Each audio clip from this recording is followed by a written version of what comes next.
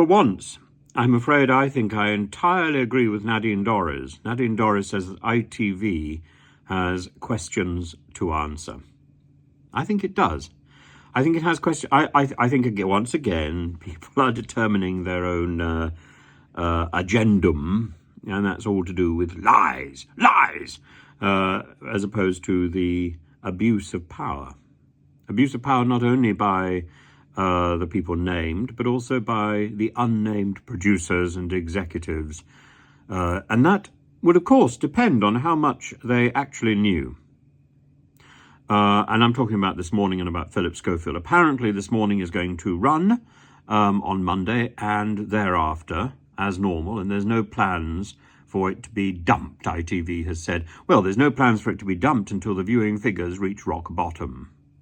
I don't really see Alison Hammond and Dermot O'Leary replacing Philip Schofield and Holly Willoughby. And Holly Willoughby was really the, what little I've seen of the programme, Holly Willoughby was really the stooge to Philip Schofield. These were the Philip Schofield shows. And I think without Schofield, the programme is going to be struggling. And with that pall of scandal hanging over it, I find it extraordinary that the show itself could seriously consider staying. Holly Willoughby, as we know, is trying to pull focus onto her. I can't really imagine, even if she is linked to a producer, that her future is certain. I think there's a lot of question marks going around. And I hope this will be an opportunity for the Digital Culture, Media and Sport department to look again at the nature of television and the nature of production, and the subject which was opened with the question about reality TV and the impact of reality TV, and that truncated committee meeting, which was never reconvened after 2019, and that left Ofcom presiding over significantly more authority that was delegated to production. I think all that needs to be looked at carefully in the light of this latest scandal. Because why is television important? It can be suggested, as one or two of you have rather charmingly pointed out, that I'm obsessed with tittle-tattle and gossip. I really am not. I simply think that the tittle-tattle and gossip, which forms the basis of daytime TV, is stuff which gets into our homes and therefore forms a bedrock of the way our society works.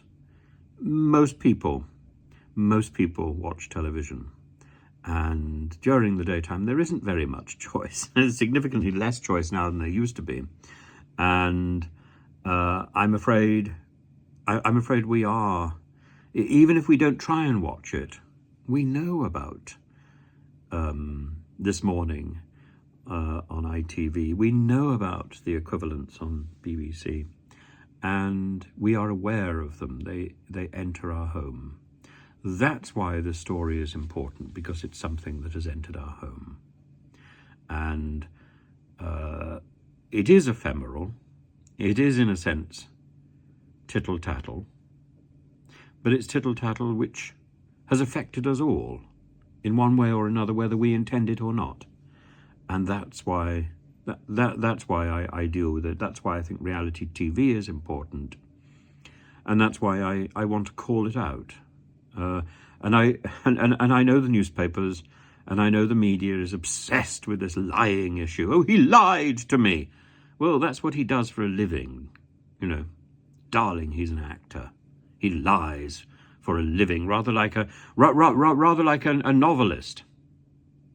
Novelists lie for a living. It's what they do, and they do it very well. But the real issue is control and power and the illusion of freedom and ease that is projected from that television screen. It's not free.